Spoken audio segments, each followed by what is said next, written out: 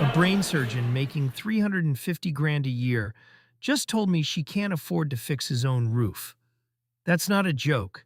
That actually happened. They're driving the nice SUVs, dropping their kids off at the good schools. But the weird thing is, a lot of them are sitting in traffic right now, quietly stressing out about whether their mortgage payment is going to clear this week. I'm Mason, and these people, they earn more than almost everyone else. But functionally, they are completely broke. And the crazy part is, this isn't just a handful of people making terrible choices. We're talking about almost 40% of people making six figures in this country. It's just a regular Monday for them. These aren't the guys flying to Vegas and blowing their paychecks on the blackjack table. These are people who basically followed all the rules. They went to school, they got the stressful job, they worked the long hours. But somehow, when the end of the month rolls around, their checking account isn't looking much different from the guy who just started as an intern. And yeah, obviously they aren't skip a meal broke. It's more of a, I make $250,000, but if the roof leaks, I'm going to have to put it on a credit card. Kind of broke. It's that weird situation where you out-earn everyone in your friend group, but you're still lying awake at 3 a.m. thinking about money. If that sounds familiar, you're definitely not alone. And that's really what I want to talk about today. And look, this isn't just some theory I read online. I've been studying this pattern for years. And honestly, the reason I started talking about this stuff is because I kept seeing smart people getting caught in this loop, where making more money just created more problems. So today, I want to unpack what's actually happening here. People call it the high-income poverty trap. We're going to look at how people accidentally build these really expensive, stressful lives for themselves without even realizing it. And then, I just want to walk you through how some people actually fix it. Not by cutting coupons or feeling guilty about buying coffee, but just by restructuring how the money flows. So, let's get into it. Here's the thing nobody tells you when you're grinding for that next promotion. More income does not automatically equal more wealth. Actually, for most people, more income just creates more spending. More obligations, more things to stress about. You get that big raise and somehow 3 months later, you're still in the exact same spot. There's actually a scientific name for this. It's called the Hedonic Treadmill. Basically, no matter how much more you earn, your brain just resets your happiness back to baseline. You buy the new car, right? And it feels amazing for like 2 weeks. Then it's just the thing you drive to work. You upgrade to the nicer apartment. It's incredible for a month. And then it just becomes the place where you sleep and order takeout. There's this study from the National Bureau of Economic Research. They looked at people who literally doubled their income. And the crazy part? They reported almost zero change in their actual financial satisfaction. They doubled the paycheck and stayed just as miserable. So clearly this isn't a budgeting problem. You can't spreadsheet your way out of this. It's a psychology problem. And it basically happens in 4 phases. And trust me, once you see these phases, you're going to start noticing them everywhere. Okay, so phase 1, this is the lifestyle inflation machine. Here's how it gets you. You get a raise at work. And obviously, you feel like you earned it. You worked hard for it. So you celebrate a little bit. You go to that new restaurant you've been walking past. Maybe you upgrade the car because, hey, you deserve it now. Maybe you get the bigger apartment with the walk-in closet. And at the time, each of those decisions feels totally small and reasonable. But the math is brutal here. The average person who gets a 10% raise ends up increasing their spending by 12.4% within 6 months. They overshoot. Every single time. They literally earn more money and end up with less cash at the end of the month than they had before the raise. It's basically Parkinson's law applied to your bank account. Your expenses will always rise to swallow your income. Let me give you a real-world example of how this plays out. Let's look at a guy named Mike. Mike's doing fine. He makes 80 grand a year. He drives a perfectly good paid-off Honda Civic. And he manages to save about $400 a month. Nothing glamorous, but he's building a foundation. Then Mike gets the big promotion. Boom, $110,000. And this is right where the story goes sideways. Within 3 months, Mike's leasing a BMW for $620 a month. He upgrades his apartment. That's another $800 a month. He buys a new wardrobe because he's management now. And his savings drops to maybe $300 a month. So let's look at the reality here. Mike is making $30,000 more a year, and he's saving $100 less. The raise didn't actually help him. It just made his life more expensive. And the scary thing is, Mike isn't an outlier. Mike is the average. If you look at the Bureau of Labor Statistics, Households earning between 100 and 150 grand spend 93% of their income. Households earning 50 to 70 grand, they spend 89%. The richer group is actually keeping less of their money percentage-wise. More money comes in, more money goes out, and the out part is growing faster. And this is so dangerous because lifestyle inflation is basically invisible. It happens one $50 subscription at a time, one treat yourself moment at a time, one I worked a 60-hour week, I earned this at a time. And here's the kicker. Once you inflate your lifestyle, trying to deflate it is almost impossible. Because at that point, you're not just cutting spending. You feel like you're cutting your identity. But there is a way to beat this, and it's actually stupidly simple. I call it the raise shield. Here's the rule. Every single time your income goes up, 50% of that increase goes directly into your investments. You automate it, so it happens before you even see the money in your checking account. You have to do it before your brain has a chance to adapt to the new number. So if you get a $5,000 raise, $2,500 goes straight to wealth building. The other $2,500? That's your real raise. Go enjoy it. Guilt-free. You still get to upgrade your life. But your wealth grows every single time. And we have the data to prove this works. People who automate their savings on the exact day they get a raise, they accumulate 47% more wealth over 10 years. 47%. Just from timing it right. Versus the people who say, oh, I'll start saving more next month once I get settled. We all know next month never comes. The raise shield takes willpower completely out of the equation. And that's why it works. By the way, if any of this is clicking for you, just tap subscribe real quick. One video a week, no fluff, just the math that could save you thousands. Because we are just getting started. All right, let's talk about the trap that honestly catches the smartest people. It's this lie that we've all been fed since day one of our careers. This idea that I need to look successful in order to be successful. You tell yourself you need the nice car for client meetings, or the expensive watch so people take you seriously in the boardroom, or you have to buy a house in the good neighborhood for the kids. Listen, these are all just lies your brain tells you to justify spending money you don't need to spend. And those lies are incredibly expensive. Let's just look at housing. The average American making over 100 grand spends about 37% of their income on housing. Financial planners will tell you that number should be 28%. Now, a 9% gap might not sound like a huge deal on paper, but if you're making 150 grand, that gap is $13,500 a year. Just gone. Every single year, you're burning 13 grand just for a fancier address. Basically, just so you can drop the neighborhood name at dinner parties. Now, let's talk about the real wealth killer. Cars. The average new car payment right now is somewhere around $734 a month. That's almost 9 grand a year. And here is where the math gets genuinely painful. If you took that exact same 9 grand a year and just threw it into a basic S&P index fund, over 20 years, that turns into over $500,000. The car you're driving right now is costing you $500,000 in opportunity cost. $500,000 for a piece of metal that literally loses value the second you back it out of the dealership. But the worst part about status spending is that it's highly contagious. Psychologists call this relative deprivation.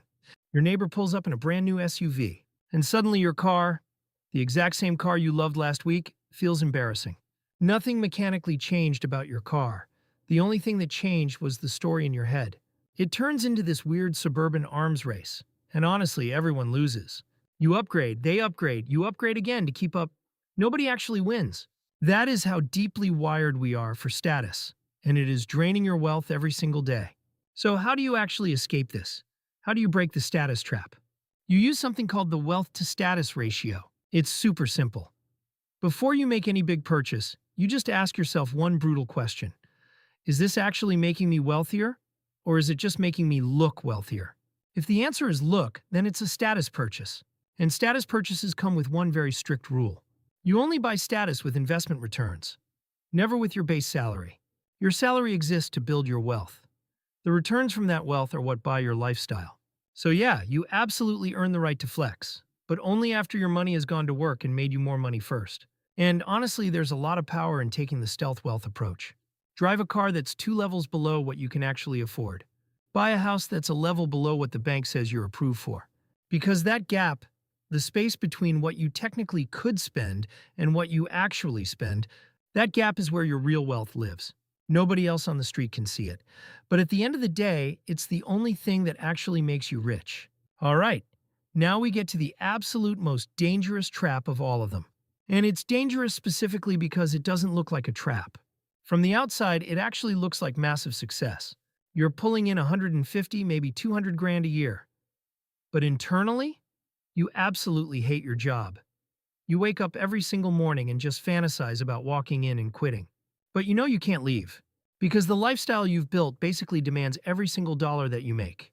You've got the massive mortgage payment, the crazy leases on the cars, the private school tuition for the kids, the vacations, the country club, the expensive dinners. At a certain point, you aren't working because you want to. You are working because you literally have to. You've essentially built yourself a really expensive cage. And the part that makes this so hard to swallow is that you decorated the cage yourself? Gallup actually went out and surveyed high-income professionals all across the country. 64% of them said they feel totally trapped in their careers. Not just unfulfilled, trapped. And it's entirely because of financial obligations that they created for themselves. Let's actually break down exactly how this golden handcuff cycle works. Step 1. You land the high-paying job. You feel great. Step 2. You naturally expand your lifestyle to match that new income. Step 3. Over time, you become 100% dependent on that specific income level. Step 4. You get to a point where you want to leave, but mathematically you can't. Step 5. So you end up working even harder just to maintain what you already bought.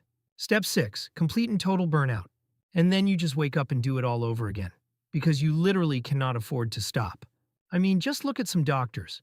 You see them picking up shifts at urgent care clinics on their weekends. It's usually not because they just love medicine that much. It's because they need the cash to float their lifestyle. Or lawyers who are billing 70 hours a week and missing every single one of their kids' games. Or software engineers dealing with incredibly toxic management just because their stock options vest next November. These are smart, hardworking people, but they're basically prisoners to their own success. And that is the cruelest irony of all of this. A lot of times, the higher you climb the ladder, the less actual freedom you have. Listen, your freedom number is the exact amount of money you need to cover your basic survival without your current job. I'm talking bare minimum. Keep the lights on, keep food in the fridge. But almost nobody takes the time to sit down and actually calculate this number, which means they have absolutely no idea how close, or how far, they actually are from being free. So here's how you break those golden handcuffs for good. Step 1. You have to actually calculate that freedom number. Sit down and add up your true, absolute, non-negotiable monthly expenses. I'm not talking about your current spending. I'm talking about your survival spending. What does it literally cost to keep you alive, housed, and fed? That is your real number. Literally everything else on your bank statement is optional. Step 2. You use that number to build a runway. You want to save up 6 to 12 months of that freedom number in liquid cash. This is what I call the I Quit Fund. It's the money that gives you the power to walk into your boss's office, say I'm done, and walk out with your head held high. And finally, step 3. You have to aggressively reduce the gap. Every single dollar you cut from your bloated lifestyle is a dollar that weakens those handcuffs. If you downsize from a $4,000 apartment to a $2,500 apartment, you just bought yourself $1,500 a month worth of pure freedom. Look, the goal here is not to live in poverty. The goal is to buy back your options. Okay, now we need to go a little bit deeper, because this next trap is the hardest one to actually see. Mostly because it completely lives inside your own head. A lot of high earners don't just have high-paying jobs. They literally build their entire personal identity around their income. They say, I'm a doctor, or I'm a VP, or I'm a senior partner. And listen, those aren't just job titles anymore. Those have become identity statements, and they come with massive spending expectations attached to them. And that right there is where the real damage starts to happen. It's a concept called identity-based spending. Look, you don't buy the BMW because you're just super passionate about German engineering. You buy it because you want to be a BMW person. You don't buy a Rolex because you really need to know what time it is. You buy it because you believe that successful people wear Rolexes. You don't eat at the ridiculously expensive restaurant because the food is actually that much better. You eat there because people like you are supposed to eat there. Your spending basically becomes a costume that you wear just to play a character. And Thomas Stanley actually proved this after doing decades of research. He wrote The Millionaire Next Door, where he literally studied what actual real millionaires look like. And the data is crazy. The average millionaire drives a 4-year-old car, wears a cheap watch, and has never spent more than $400 on a suit. That is what actual mathematical wealth looks like. But then you look at the guy earning 200 grand a year. He's got the $5,000 watch, the $70,000 car in the driveway, and $40,000 in credit card debt that he's not telling anyone about. He looks incredibly rich, but mathematically he is completely broke. This is what we call the identity wealth gap. It's the massive gap between looking rich and actually being rich. And here's the fundamental problem. Spending is visible. Everyone can see it. Wealth is completely invisible. And as humans, we are wired to optimize for what's visible. Instagram shows the vacation. It doesn't show the empty savings account. The driveway shows the brand new car. It doesn't show the empty investment portfolio. The closet shows the designer wardrobe. It doesn't show the negative net worth. We have stopped trying to actually build wealth. Instead, we're just performing it for an audience. So how do you actually fix this? How do you close that gap? You have to rebuild your identity entirely around your net worth, instead of your net spending. Step 1 is literally just redefining what success means to you. Success is not how much money you earn. Success is entirely defined by what you can walk away from. The person who can quit their job tomorrow and live comfortably for 2 years? That person is way more successful than the person earning 300 grand a year who has zero savings and is panicking about missing a paycheck. Just let that sit with you for a second. Step 2, keep a private scoreboard. You need to be tracking your net worth every single month and never post about it. Never tell anyone. This is your own private measure of reality. Step 3, study stealth wealth. Look at people who are genuinely wealthy, not the people who are trying to look wealthy. Warren Buffett literally still lives in the exact same house he bought in 1958 for 31 grand. And that's not him being cheap. That's him having absolute clarity on what actually matters. Let's zoom out for a second. Look, these aren't just motivational theories. They are engineering decisions. You are not fundamentally broken with money. Your financial architecture is just broken. And the good news is, architecture can always be redesigned. I'm going to give you 6 steps, and you can literally do every single one of them tonight. Step 1. Calculate your true survival cost of living. Not your current spending, just what it costs to survive. Step 2. Set up the raise shield. The very next time your income goes up, automatically send 50% of it straight to investments. Step 3. Apply that wealth to status ratio. Go through your last 3 months of credit card statements and literally highlight every single status purchase. Be honest with yourself. Step 4. Calculate your freedom number. Exactly how many months could you survive right now if your income went to 0? Step 5. Start a private net worth tracker. Update it on the 1st of every month and share it with absolutely nobody. Step 6. Pick just one status expense to downgrade this week. Just take one single step out of the trap. You don't need a new job to do these. You don't even need to earn more money. You literally just need to start seeing the trap for what it is. Look, if you're making good money and you still feel broke, I promise you, you are not alone. You're not bad with money. You are just living inside a system that was perfectly designed to capture every single dollar you earn. The credit card companies know exactly how this works. The car dealerships know it. The real estate agents know it. The luxury brands definitely know it. Literally everyone knows the game, except you. Well, at least until now. If this changed the way you look at money, hit that subscribe button. I'm putting out new videos just like this every single week. And if you somehow missed the first 3 episodes of this series, go watch them right now. You're missing the entire foundation. Hit subscribe so you don't miss it. It drops next Tuesday. And if you haven't seen episode 5 yet, where we break down how to get filthy rich during a recession, click the video on screen right now. It ties perfectly into breaking these golden handcuffs. I'm Mason. See you in the next one.